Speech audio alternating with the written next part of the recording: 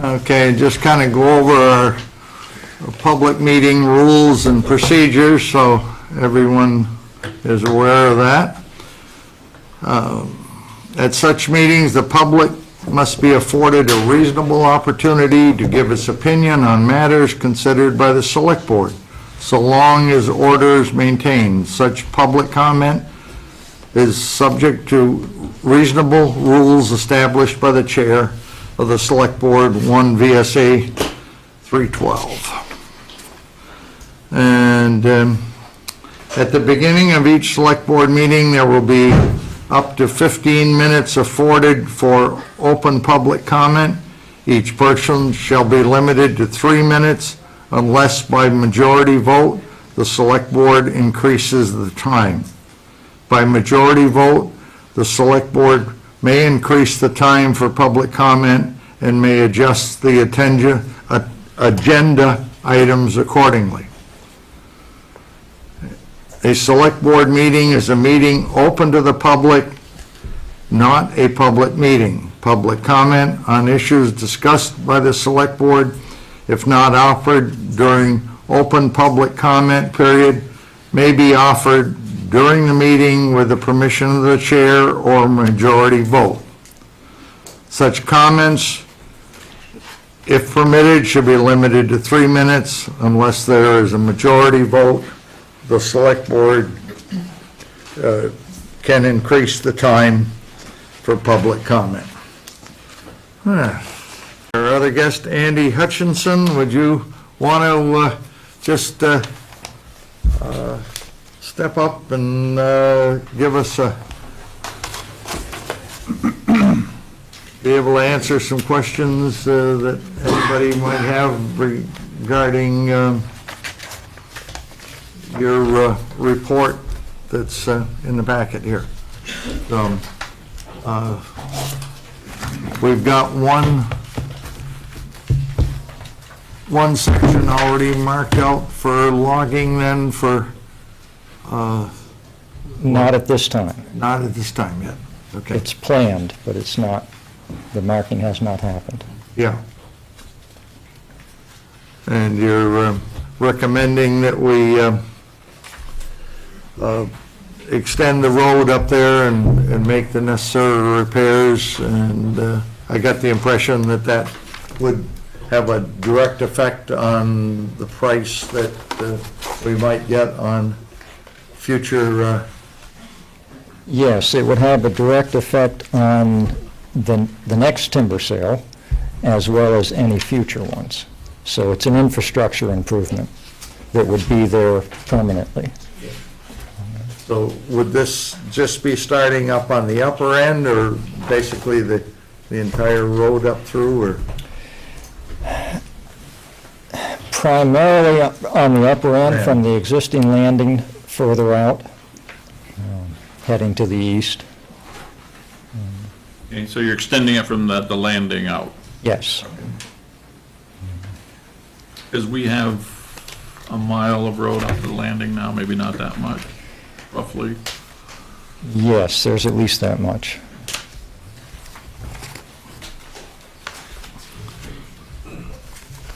So I'm questioning, because I feel like every time we get a figure, it's different. Originally, because it started out like every 3 years, we get 300,000. And all of a sudden, with the fees and cost, it came down to like 125. And then we got, the most recent was 5 to 10 years, and it was netting us 100,000, correct? Was there something that was stating that? Yeah, it should be in that, on the table Oh, you got it. tonight. Right, but then we got another, there was another one after Oh, this. there was. It's on top Yes. of that one. If you turn it over, it's the email. So it was netting 189, and now it's 100. And originally it seemed No, like it was.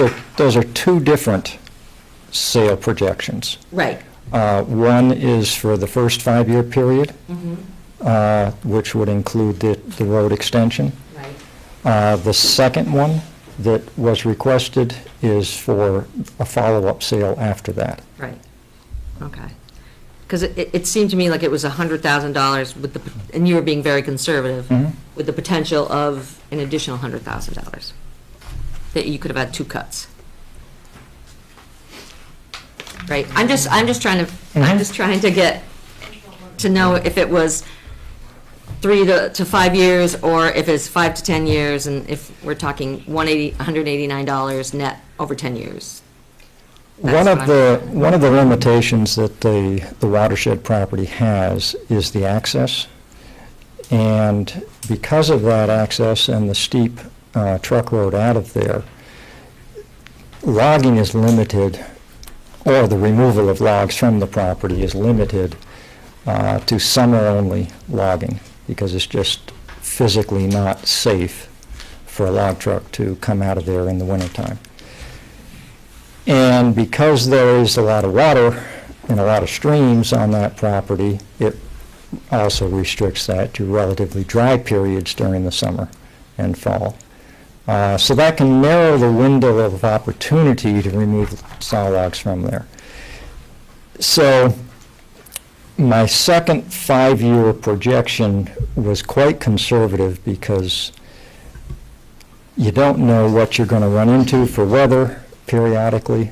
If that first 5-year projection runs into a bunch of poor summer logging conditions, that may extend that period of time. And the second projection, if the weather is acceptable and quite favorable, you might get 2 sales in that same period of time that I projected with that $100,000 figure was just for a single sale. So I can be clear, the best case scenario would be over the next 10 years, $389,000 net after extending the road. Yes, given Absolute best case scenario. current understandings of existing markets, which we really can't forecast what's going to happen 10 years from now, but we can take a guess.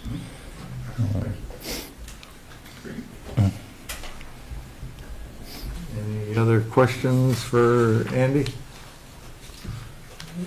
Thanks for coming out on a bad night. Yes. Appreciate it very much.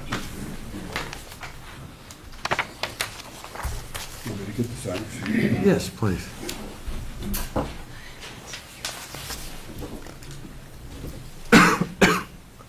Is everybody signed in?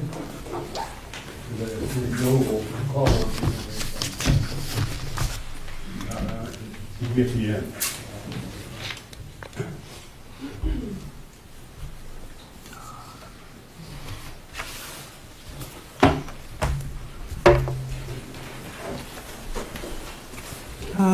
Okay.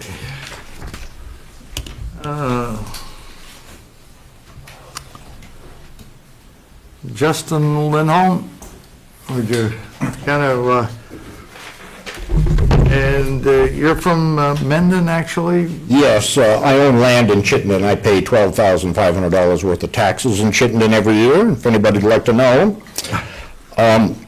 My theme the last few times I've been speaking to you folks is know your property if you're going to sell it. And the last meeting, which was Thursday, I filmed that.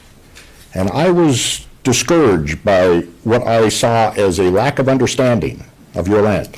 Bruce, you said that the full value of that land, as appraised, was $1.5 million by Bill Scranton. That is not the full value. It does not, this is what it says in there. This value is for the real estate only and does not include the valuation of the marketable timber, which, according to Forester Andrew Hutchinson, is substantial. Also, it was mentioned, that last meeting, that it's all steep. That is not true. Only the bottom is steep, and you also have another access that nobody seems to know about that could be made into a very good access.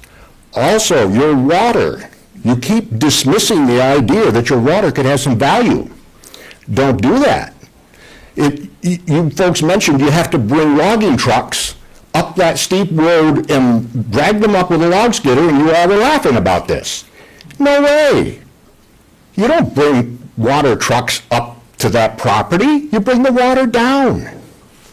I don't know what's going on here, but this doesn't sound good, that somebody who's trying to buy your land from you You dismiss and knock down your own land. You should be doing the opposite of that, if anything. And it just, something doesn't seem right here, that you're trying to dismiss what you have. That's all I need to say. Thank you. Thank you.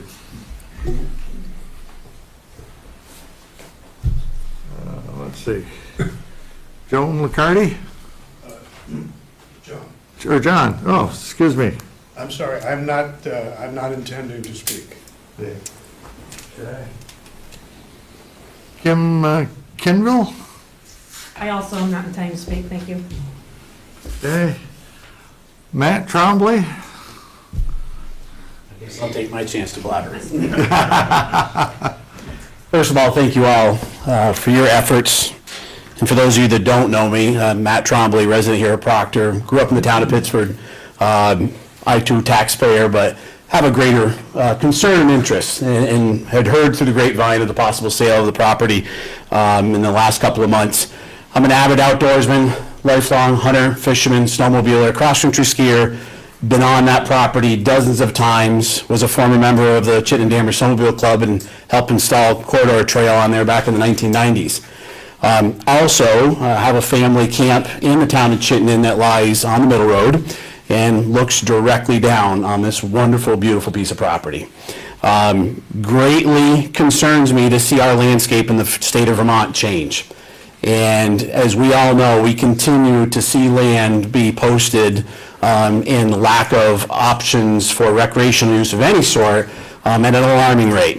And saddens me to think that there could be a remote possibility that if this land was sold to any buyer and a private landowner would have the option to post a very large piece of land that could possibly be closed off to any sort of recreational use.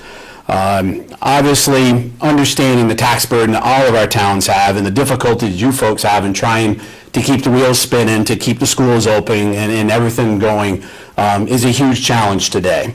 But I also, too, question the value of the offer made by the prospective buyer in comparison to timber values, water values, but more so the effects that losing this piece of land could have on so much public enjoyment. I'm also on the board of directors for the Vermont Outdoor Guides Association and the Rocky Mountain Out Foundation. And our big challenge is keeping land open. And it really, really worries me to see a piece of land that lies so close to Green Mountain National Forest, other town forests, that we could lose the chance forever should the buyer decide that it's his land and nobody's going to have any access to it. I encourage you to think long and hard before taking this offer of any buyer, and also to think about the option of down the road of putting it to a public vote and allowing folks to have their chance to say on what they feel this land should be. Thank you very much. Thank you. Thank you. Judy Ternovich?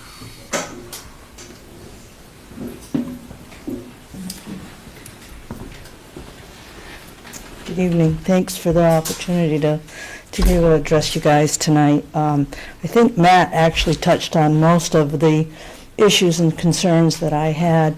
I feel that this is really a huge piece of property, a large chunk of money, and I don't want to see us make a rash decision. It's a lot of responsibility for you guys to take on your own. I feel the same way as Matt, that this is something that probably should be put to a public vote. But moreover, I just want to make sure, and I am late to this whole topic. I didn't find out about it until a few days ago, but I think it's really important that we do our due diligence and make 100% sure whichever direction we go in, it's the best decision for the town. And the fact that there's an offer on the table that could be pulled back at the end of the month, it doesn't matter. If that's really that valuable a piece of property, somebody else will step forward if that's the decision to be made. And I don't think that should factor in any way, that there's a deadline looming. Take your time, do your due diligence. And again, I feel the same as Matt, that I think this is such a large scope for the town that it really should go to a public vote. Thank you. Thank you, Judy. Steve Follett?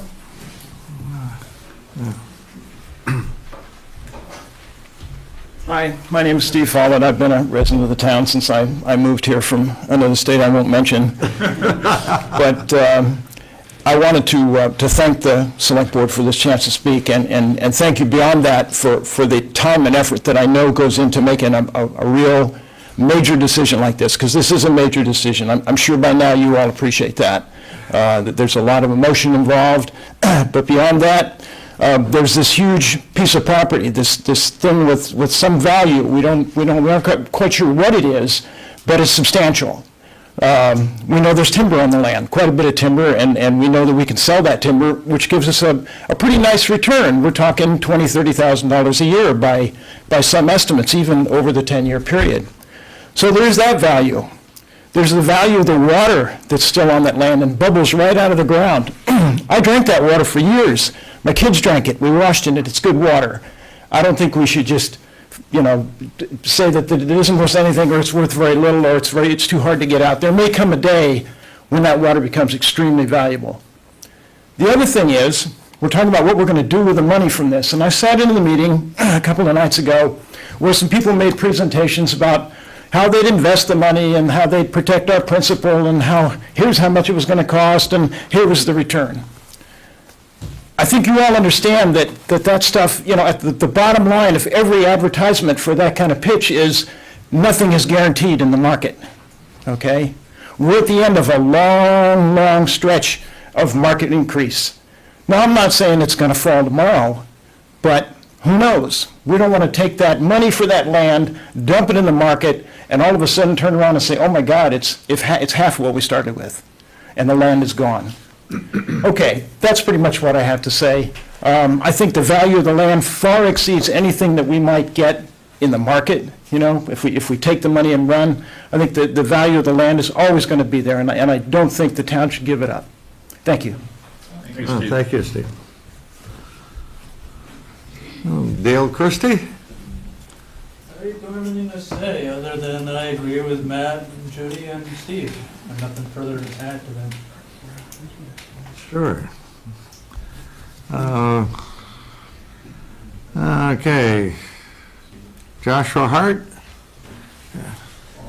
Thank you for the opportunity. I'm on the state leadership team for the Backcountry Hunters and Anglers, which is one of the largest or fastest growing conservation initiatives in our country. I also am a concerned bystander from Hubbardton, Vermont. I first went on that property when I was 8 years old, so that was probably 1986. My father brought me up to the spring. We bushwhacked up to the spring. And I spent a week there kind of as a coming-of-age camping trip. That's pretty special to me. I brought my own sons there. I have 3 of them. I also am an outdoor educator at neighboring Otter Valley High School, and I have brought many students to this very special area. I hear the dollars and cents, and I get it. And I have trouble paying my own bills. I understand. But what I'm not hearing is an understanding that the largest portion of Vermont's GDP right now is outdoor recreation. That's the intrinsic value of this land goes well beyond what you may get from a one-time payout. And I really ask you to think about that. From there, the idea of this truly amazing piece of property, which, by the way, is the headwaters for one of the finest wild trout streams in the state of Vermont, going into a private investor's privy, I mean, it breaks my heart. In Vermont, we've got a long tradition. There are so many conservation-based initiatives that I'm sure would love to have a discussion with you. And I'm projecting here, but you may find that you get an offer of similar value from someone that would make sure that that land stays open. For me, open lands to play in, to commune with, are what it means to be a Vermonter. That's why I live here, and I am proud of that. That's well, my parents lived here, and that's why I raised my kids here. So I ask, and I believe BHA asks, that you cease and desist selling this to private enterprise. Thank you. Thank you.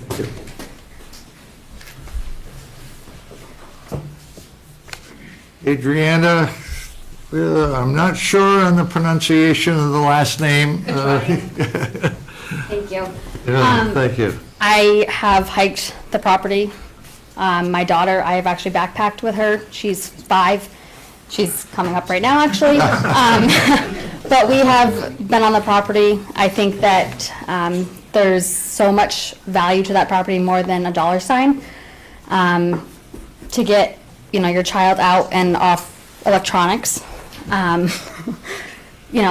one of those things that often is posted, and we can't do that. I mean, there's woods here right in town that you can't go in because they're posted. And, it's just one of those things that would be horrendous to see gone. I think it would be wonderful if it was left to the community, and maybe in the future, if, hard times come, there's something else.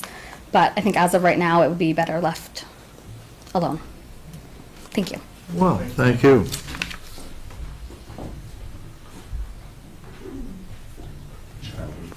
Digital device. Deanna Burnham?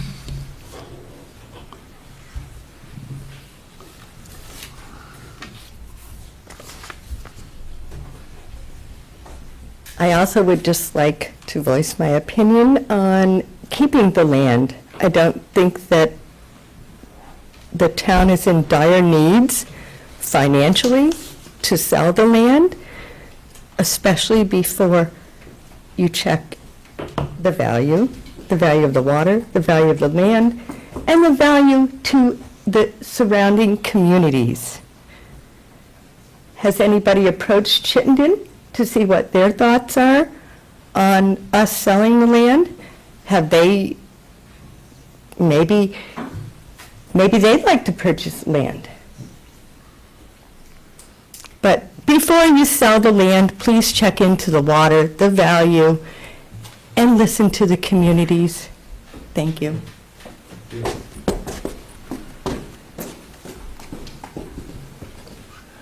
Adam Miller?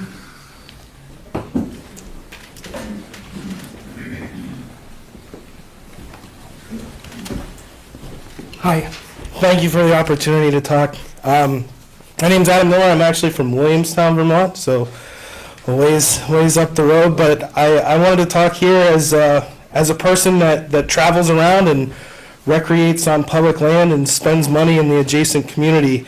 I travel around the United States enjoying my pastime of hunting and fishing, and I spend a lot of money going out there and doing it and providing for my family. I grew up in an outdoor family with my mom and my dad, and learned to hunt and fish through them, and it's something that I really cherish and I appreciate. I have a 3-year-old daughter who I hope to share that with, and one of the ways I feel like that we're able to do that is through recreating on public land. In Vermont, the outdoor recreation industry is huge. There's, I think fishing alone has over $130 million of economic impact here in Vermont, on top of hunting and fishing and wildlife watching. That's something that's really important, and I think it's important for especially our rural communities that are out there, that it's not being, all that economic effort isn't going into just your population centers, it's going out in these surrounding communities. I actually just ate dinner tonight at Franklin's. That's the sole reason, that I think it's really important to not just think of what's going on in your own town, but also beyond that, for the recreational value and the economics that are involved with bringing people into your community to spend money. Thank you again for the opportunity to talk. Oh, thank you for making the long trip down. Believe it's Kim Blodgett.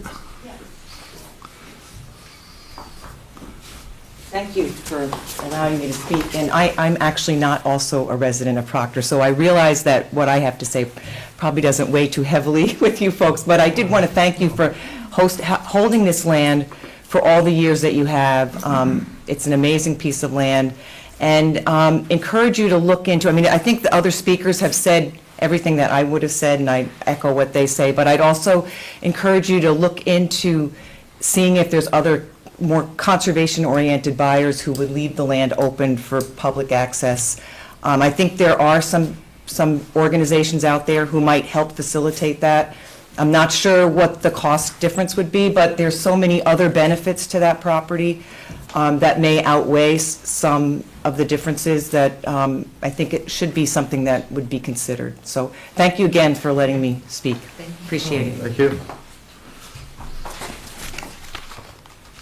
Mike Covey?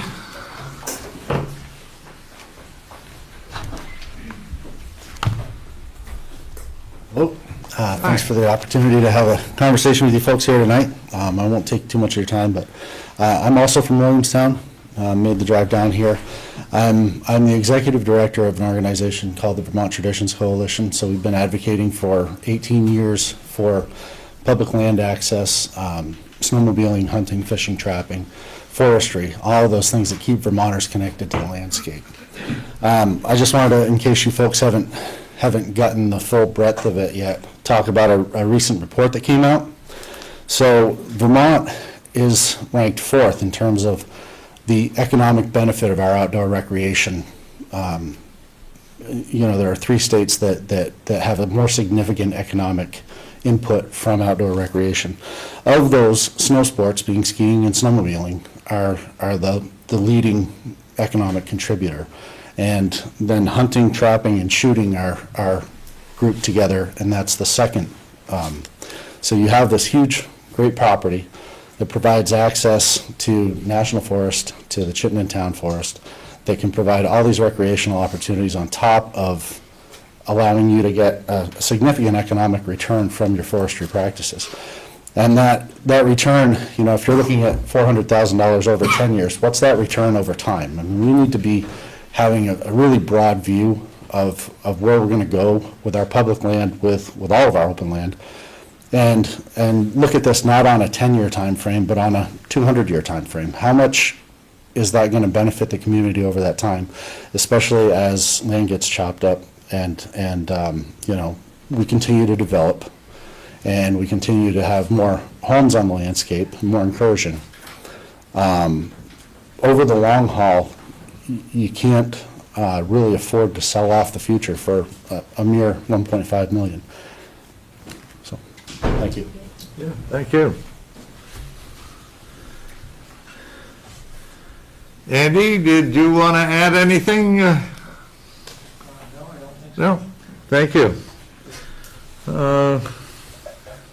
Not sure, I can't read the last name, but it's Bill, and you signed in down at the bottom of the page, front page. Oh, Bill New. Oh, I'm sorry, Bill. Well, sometimes those M's are difficult. Yeah. I also thought I'd stick around if there's anything I can address. I only have a couple of points. In light of this, it's important that we all understand that you have to decide what's right for the town of Proctor. And Mr. Gerlach totally supports that. What has happened is that this has created a huge amount of interest in a limited number of people. We are aware that there are Proctor residents who think that this is not public land, this is Proctor land, and that this is an asset and we're subsidizing it because of our taxes in order for the rest of the public to get a benefit out of it. If the state wants to buy it, the state ought to buy it. It shouldn't be a burden on the people of Proctor. And they should look at what the opportunity is for what was offered. And that was the only way in which Mr. Gerlach came, that perhaps this was a win-win for everybody. He strongly supports that this is all about Proctor deciding what they should do with this and what is the right decision. And the idea of a public vote is exactly what we have supported and expected would be the outcome of what this is. The last time I was here, I indicated that underneath the statute, in order to convey marketable title, if you're going to have a vote, you need to have a contract, which is why there was a written offer. You can't do it by a generic ballot item because that could authorize you to do negotiations, But when you finally had a contract, in order to get title insurance for it, I've spoken to one of the state's leading people on title insurance that we get title insurance from, said you have to comply with the statute and you'd have to go through the same rule of 30 days, 5% of the people petition, you'd have to have another vote. So the idea was to find out whether or not we could actually come up with a contract. I mean, everybody is assuming that you can come up with a contract, and Mr. Gerlach has offered some amount of money to help pay for an attorney to see if the town and he could come to terms. You may not be able to come to terms, and then all of this energy and all of what's going on is for something that's not out there until you actually have a contract.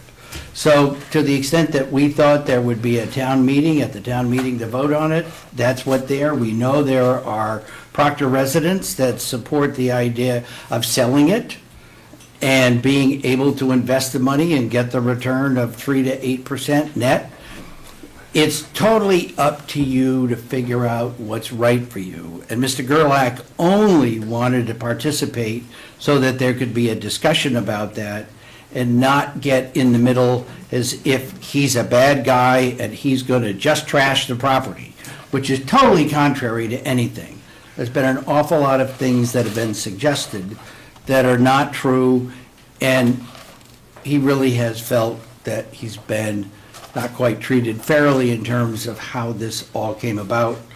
When it was the Proctor residents who suggested you ought to speak, because 4 years ago, the town of Proctor was interested in looking at selling the property. He wanted to try to make that a possibility. So if there's anything else, I'll stick around in case there's something else to Sure. address. Thank you. Can I ask a question? Is it true that the adjacent property, the Audubon Society was supposed to be able to use that property for conservation? No, that's not true. There was a grant, and that representation by the Audubon Society was not accurate. He's tried to create a good working relationship. So if you go to the land records, you can read exactly what the conservation easement is that's on the property, and then you'd be able to get the answer. I don't want to get into a dispute about that. Thank you. I think that that's just, again, another example that's not true. Well, we could get back.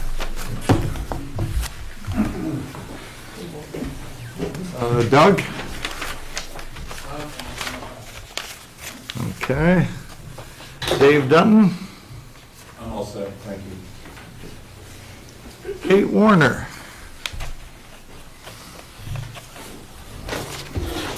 Hello again, Kate Warner with the Trust for Public Land. I came here a couple weeks ago to discuss the potential opportunity to sell the Green Mountain National Forest. And I applaud that you are considering taking this to a town vote and get their preference. I really think it is important to understand what the citizens of Proctor want. You've heard from a lot of people about what some of the rest of the people across the state want, and I hope you take that into consideration, but it's also important to know what your citizens want.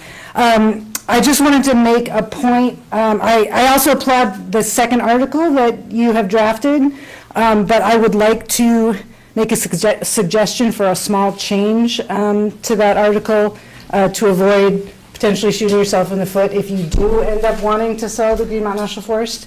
So right now, the draft article includes the words vote to limit the sale.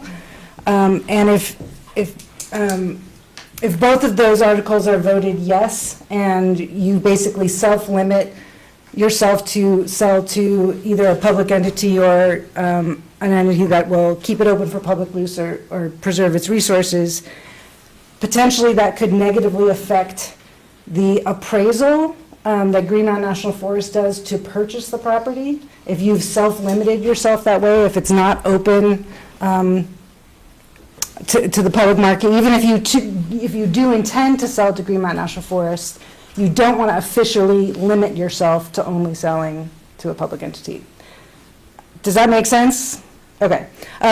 So what I would suggest is to change the word limit to vote to express preference for, so that you still get information from the public on their preference of selling to a public entity or a private entity, but you're not officially limiting yourself to only selling to the public entity.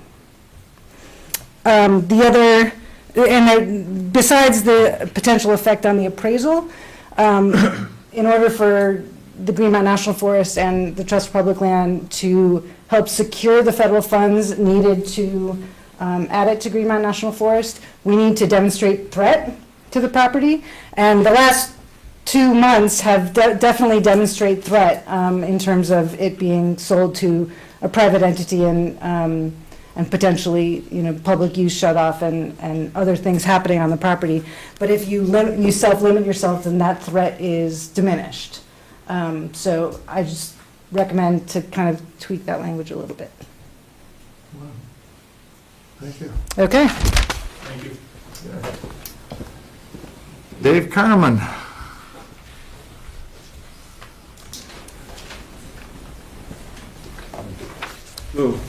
Just wanted to just say that, I don't think the town was really ready to have a sale, and I think we're unprepared to have the time necessary to know the full value of that property. What's the value of the aquifer and the water? How can we extract the water? Can it be possibly, instead of trucking, can it be, piped out of the aquifer? Is that a possibility? The other thing too is, as a water source, are the wells we have in town, is that secure 100%? And if that, let's say they get polluted for any reason, could we go back to the aquifer that's up there? The Green Mountain National Forest, I think that might be a good idea to possibly, if there was a sale, to look at that as an option instead of private. And could we possibly lease the property? Could be leased to a bottling company that could extract water from that source that's up there. I think the biggest thing is having enough time to know, like I said, the value of the property, what's there, because I really don't think that we have enough time with these deadlines that are put into place. When he says that, okay, you have until November 15th, and then you have until what, is it December 1st? What's the deadline right now? Is it been extended? Has that closed? Do we really know what's going on? Has it been extended or what? No, it just had been acted on. Okay, so it's basically expired, and so is it a moot point? Is he still interested? I guess he's still interested because his attorney was here. Are we going to be up against all these deadlines that are artificial? Or, I think it's good to know that, I think we should get more time to really know what's up there. And, I don't think having, a 2-week deadline is appropriate. So, okay. That's all I have. Thank you. Thank you, Dave. Joe Manning?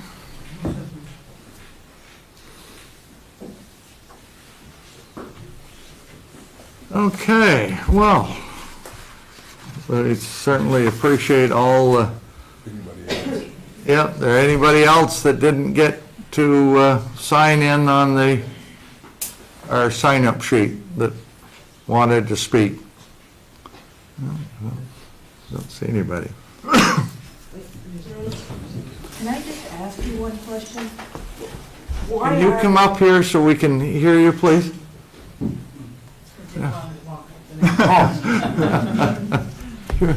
Can I just ask for somebody from the board just to explain why we are considering the sale of this land? Is it, strictly financial? Is it a piece of property that's a burden to us? Why did it come up and why are we considering it? Well, I think it just happened, and we figured before we made any decisions that we needed to do some studying and do our due diligence, but there was nothing that was really, I don't think any one of us really had any thoughts It was of it? just an offer made to us, and we, as a board, decided that we would take a look at it. Yeah. Right, exactly. But nothing really driving it to. Thank you. Yep. Okay.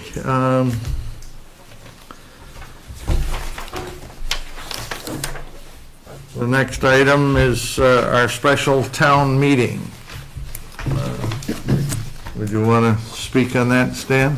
I'll speak on it, and Alan can. Yes.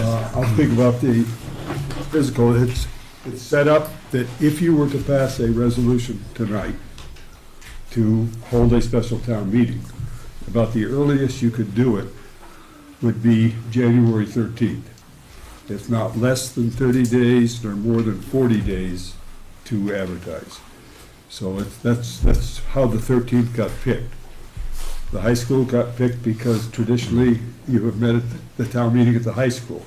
However, there's a basketball game at the high school that night. We've been in touch with the elementary school. We haven't heard back as to whether that is available on that night, or that either facility may be available on another night. So the question of date and time is still up in the air. The date of the two articles, and I'd let Alan speak to those as to why they're written the way they're written. You want to hear it? Sure, naturally. The first of the two articles is essentially the one I proposed initially, and it really encompasses everything that's in the second article, but it is terse. It is lawyer talk more than it is a public talk. I'll read it because I think a lot of people in the room haven't seen these articles.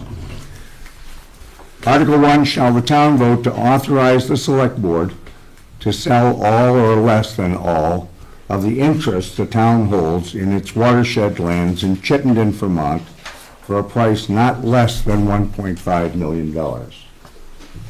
Now that speaks to authorizing the sale, conveyance, of all of the interest in property. And let me say, from a lawyer's perspective, property rights are a bundle of rights. The lawyers in the room will recognize that we deal with a concept called fee simple absolute that references everything that is in the ownership interest in a piece of land. Lesser interests can be conveyed or retained. In this area, marble rights were frequently by Vermont Marble Company reserved, not transferred to the person buying a house. Water rights are another element. These are profit-upon interests. They're different than easements. They're much more meaningful interests. They're interests that have tangibility, transferability, and durability. They don't go away unless you put a time limit on them. But if they're conveyed, the recipient of the water right, the timber rights, the mineral rights, hold those interests forever. So this language authorizes the town to sell that whole bundle of rights or some lesser quantity of those rights and reserve rights as it may choose. It would accommodate virtually all of the concerns that we're hearing expressed this evening, that there are different interests that you might want to hold on to. Sell the property to a public organization and sell all of the development rights, fine. Sell the whole fee, fine, that's your choice. Sell to a private enterprise, withhold the water rights, the timber rights, mineral rights, hunting and fishing authority. Require that there be easements to permit the public to have access. All of this can be done. So that's what Article 1 would enable. Article 2 simply expresses the same concepts basically in more understandable lay terms. I agree, the word limit perhaps isn't the best word.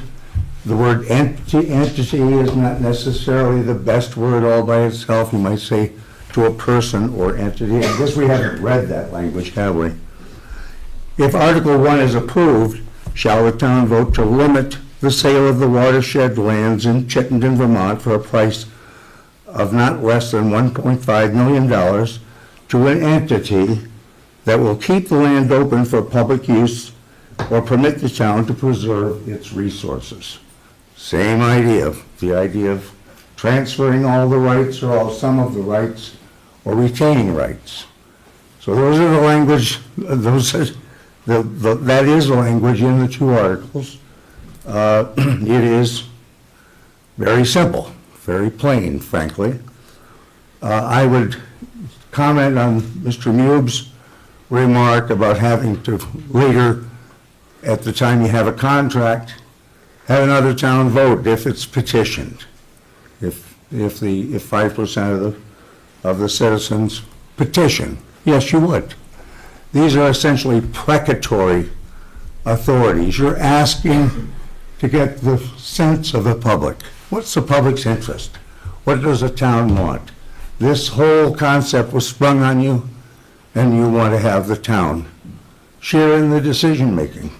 Very reasonable, very acceptable. So, if you have questions, I'd be happy to try to answer.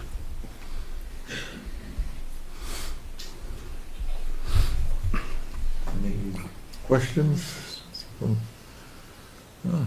Well, thanks for the explanation on both of the articles, and I think we'll work and see a working date that will work with a meeting place. Celia is going to be away January 18th through the 29th. So that's either before or after it is. But I think it would be good to do it as a special town meeting and not try to do it at your regular town meeting. Yes. Because it would take up a lot of time. Yes. Well, we need some more room, I think, too. Yeah. Yes. So, let's see what we can work out for a meeting location. The first day she was gone? 18th. 18th through the 29th.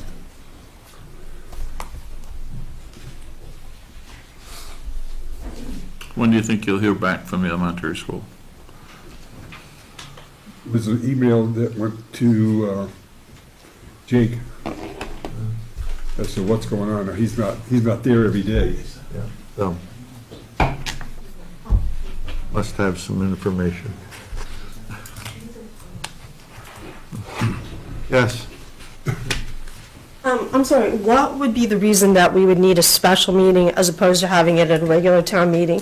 If the goal is to have as many people present and to have an open and transparent conversation, wouldn't it be in our best interest to have it during a regular town meeting? You mean wait till March? Right. I just, it seems to me that you don't have all the information from the investment houses. When I was here at the meeting, you asked for information. I don't see that. Maybe you have it in your packets tonight, and you're going to talk about it in the next, but they said 15 days, so I'm doubtful.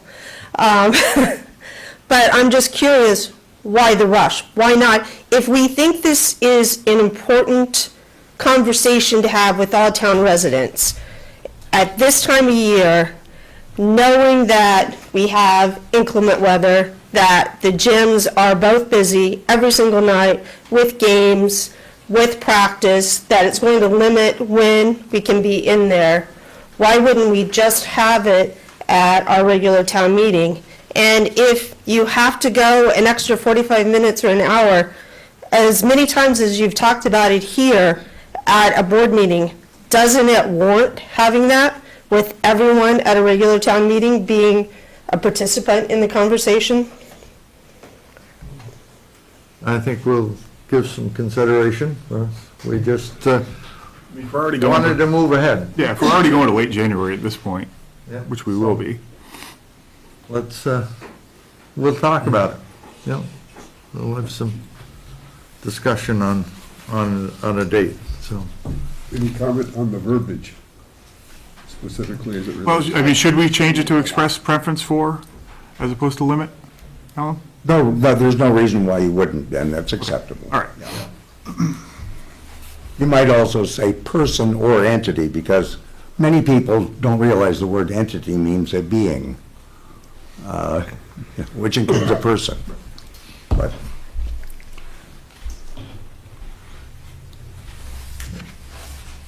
Yes, Mr. Bube? Yes, I'd like to just offer a couple of comments.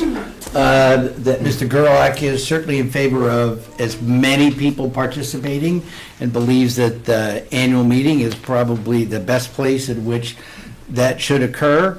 I also think that gives you time to take a look at your possible resolutions. If you're looking to sell it, for instance, Article number 2, they're only going to pay fair market value. And you may want to talk about sell it at fair market value to a public entity as long as it generates at least X amount of dollars, because you may get a debate about whether we hold it or whether we'd rather sell it for $800,000 or $500,000 to a public entity if that's what the fair market value comes in. And that would perhaps give you time to even get, if you wanted, a current appraisal on what it is, because there have been challenges to the appraisal that seems to have been raised. There's all kinds of issues, speculation about the water, all these kinds of things that have an inflated value that we believe that the fair market value of the property is liable to be less than what Mr. Gerlach has offered. So I just look at that because, as I said, his effort is to try to get to whatever is right and come up with the best decision. Thank you. Thank you.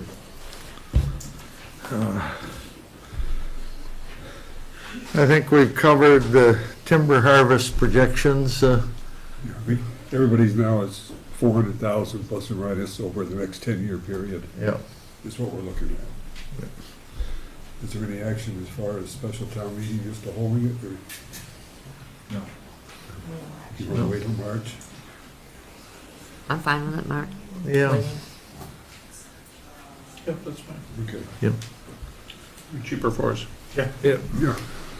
So, no, I couldn't hear what you said for the minutes. Waiting to hold off until the annual meeting in March to have the meeting. Consensus, not necessarily, unless you want a motion, but. Consensus. Well, we're not adopting the Yeah, we article. haven't, so- right. Yeah. Yep. So, Not yet.